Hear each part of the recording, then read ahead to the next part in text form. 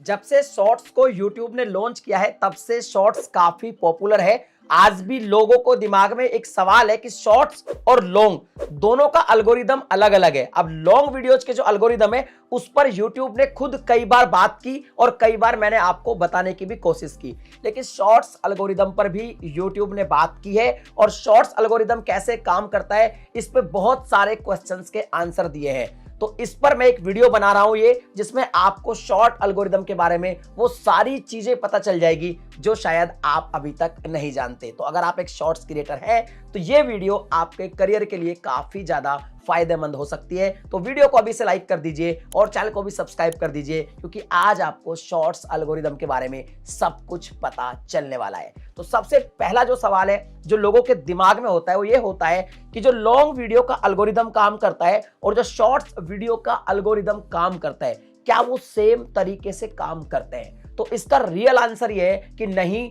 बिल्कुल भी सेम तरीके से काम नहीं करते, क्योंकि लॉन्ग वीडियोस काफी अलग तरीके से वॉच की जाती है और भाई शॉर्ट्स वीडियो के अगर ज्यादा से ज्यादा व्यूज आने की बात करें तो वो स्वाइप अप फीड से देखे जाते हैं। मतलब दोनों की जो एल्गोरिदम है वो बिल्कुल डिफरेंट है। यहां पे अब दूसरी बात ये आती है कि जो शॉर्ट्स है उसके व्यूज कैसे काउंट होते हैं। तो यहां पे बहुत तगड़ा भाई साहब एक तरीके से खुलासा किया है यूट्यूब ने कि ऐसा नहीं है कि कोई अपनी स्वाइप अप फीड में ऐसे देख रहा है, आपका शॉर्ट्स भी आ गया तो जितनी बार वो आएगा उतने व्यूज काउंट हो जाएंगे। नहीं, ऐसे कोई व्यूज काउंट नहीं होते। अब मैं आपको समझाता हूं इसके व्यूज एक्चुअल में कैसे काउंट होते हैं। तो यहां पे देखिए होता क्या है कि ये एक स्वाइप अप फीड है, इस पे मैंने एक शॉर्ट्स देखा, चाहे मैंने वो कितना भी टाइम देखा, 10% उसको वॉच टाइम दिया, 100% दिया, डज नॉट मैटर, बट मैंने उस पे अपना कंट्रीब्यूशन दिया और मैंने उसे देखा। उसके बाद मैंने स्वाइप अप किया और 4-5 शॉर्ट्स मैंने लगातार स्वाइप कर दिए।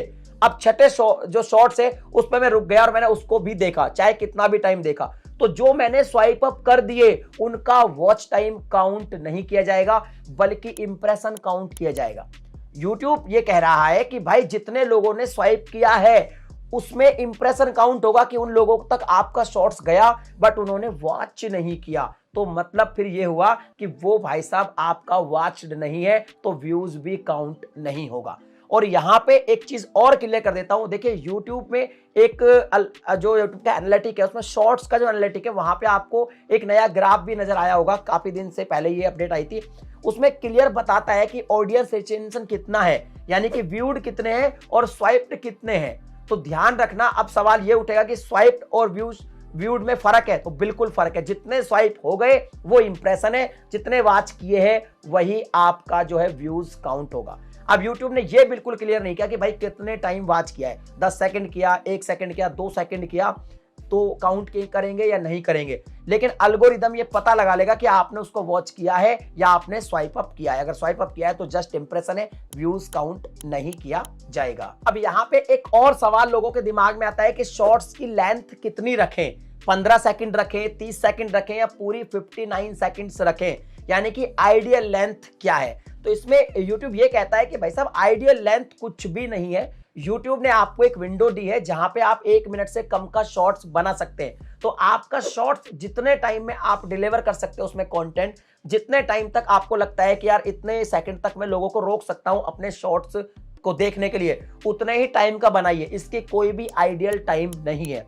इसके अलावा एक और सवाल दिमाग में आता है कि भैया शॉर्ट्स को अपलोड करने का क्या कोई सही टाइम होता है कि भाई 24 घंटे में इस टाइम शॉर्ट्स अपलोड करोगे तो ही वायरल होगा। तो यहां पे भाई साहब इसका आंसर है नो, इसका कोई भी ऐसा टाइम फिक्स नहीं है। हो सकता है आपने मॉर्निंग में शॉर्ट्स अपलोड करा वो वायरल हो जाए, हो सकता है दोपहर में किया वो वायरल हो जाए, हो सकता है आपने आधी रात को किया वो वायरल हो जाए, हो सकता है आपने शाम को 5 बजे किया तो भी वायरल हो जाए। इसका कोई भी सही टाइम नहीं है। अब यहाँ पे एक सवाल और दिमाग में आता है कि शॉर्ट्स में जो हम थंबनेल लगाते हैं तो हम YouTube का जो शॉर्ट्स है उसका एक फ्रेम सेट कर सकते हैं, क्या कभी इसमें कस्टमाइज थंबनेल लगाने का ऑप्शन आएगा? तो उसमें YouTube एक क्लियर कहता है कि भाई साहब शॉर्ट्स के केस में थंबनेल उतना इंपॉर्टेंट नहीं है, क्योंकि लॉन्ग वीडियो में थंबनेल इसलिए इंपॉर्टेंट है कि लोग सर्च करते हैं, लोगों की होम पेज पे आता है, उस पर क्लिक करके वो देखते हैं। बट जितने भी ज्यादा व्यूज आते हैं शॉर्ट्स में वो आते हैं स्वाइप अप फीड से, और उस केस में थंबनेल दिखता ही नहीं है। लोग ऐसे स्वाइप करते हैं तो थंबनेल का कोई ज्यादा रोल नहीं है, इसलिए कस्टमाइजेबल थंबनेल पर अभी YouTube कोई प्लान नहीं कर रहा है। बस आप अपनी एक फ्रेम सेट कर सकते हो। इसके अलावा एक और सवाल आपके दिमाग में आता है कि YouTube पर अगर हम ज्यादा क्वांटिटी में शॉर्ट्स अपलोड कर दे, एक दिन में 10 कर दे, 15 कर दे, तो क्या वो वायरल होते हैं? ऐसा बिल्कुल भी नहीं है। इसमें YouTube का एक सिंपल सी बात है कहना कि अगर आप अच्छा कंटेंट डिलीवर कर सकते हो शॉर्ट्स में, और आप चाहते हो कि मैं दिन में 4 शॉर्ट्स भाई बना सकता हूं, अच्छा कंटेंट भी डिलीवर कर सकता हूं, तो आप 4 डाल दीजिए। और आप अगर दिन में 1 ही बना सकते हो तो फिर 1 ही डालिए। यानी क्वांटिटी के चक्कर में क्वालिटी से समझौता बिल्कुल मत करिए। बस एक चीज ध्यान रखिए, शॉर्ट्स के केस में थोड़ी सी कंसिस्टेंसी आपको बना के चलनी पड़ेगी। तो कम से कम दिन में 1 शॉर्ट्स जरूर डालें। आप बहुत ज्यादा डालोगे, क्वालिटी गिरा दोगे, तो उसका कोई भी बेनिफिट आपको नहीं होगा। एक सवाल और भी है कि वो कौन से हैशटैग है जिनको शॉर्ट्स में अगर लगा देंगे तो भाई हमारा जो शॉर्ट्स है वायरल हो जाएगा। तो भाई साहब, इसमें एल्गोरिदम का अगर देखें यूट्यूब का, तो भाई शॉर्ट्स के केस में हैशटैग का उतना कोई वैल्यू नहीं है कि आप उसमें ज्यादा हैशटैग लगाओगे तो वो वायरल होगा। आपका जो टाइटल है और आपकी जो एंगेजमेंट है उस पर ही डिपेंड करेगा। हैशटैग का कोई बहुत ज्यादा रोल नहीं है, तो हैशटैग पे ज्यादा फोकस आप मत करिए। इसके अलावा एक और भी सवाल है लोगों के दिमाग में कि अगर हम शॉर्ट्स को एक बार डाल देंगे अपने चैनल पर, उस पर व्यूज नहीं आया, डिलीट करने के बाद वापस रिपोस्ट करेंगे, तो क्या इससे शॉर्ट्स वायरल होगा? और ऐसा बहुत लोग करते हैं, उन लोगों का वायरल भी हो जाता है। बट YouTube इसमें एक चीज क्लियर कह देता है कि ये कोई भी ऐसा हैक्स नहीं है जिससे आपका शॉर्ट्स वायरल हो। ये कोई भी ऐसी ट्रिक नहीं है, बल्कि अगर आप इस तरह से अपने चैनल पे बार बार करते हो कि कोई शॉर्ट डालते हो, डिलीट करते हो, फिर से रिपोस्ट करते हो, तो ये स्पैम माना जाएगा। इसके अलावा कुछ भी इसका मतलब नहीं है। एक और सवाल जो लोगों के दिमाग में बहुत ही ज्यादा है कि जब हम शॉर्ट्स को अपलोड करते हैं तो एक बार तो भाई शॉर्ट्स पे काफी सारे व्यूज आ जाते हैं, लेकिन फिर अचानक वो शॉर्ट्स रुक जाता है। इसका क्या मीनिंग है? तो इसका सिंपल सी बात है कि जब भी आप शॉर्ट्स को अपलोड करते हो, एल्गोरिदम अपना काम करता है और वो अपने हिसाब से काम करता है, उसको समझना बहुत मुश्किल होता है। फिर भी एल्गोरिदम क्या करता है कि आपके शॉर्ट्स को काफी सारे लोगों तक पहुंचाता है।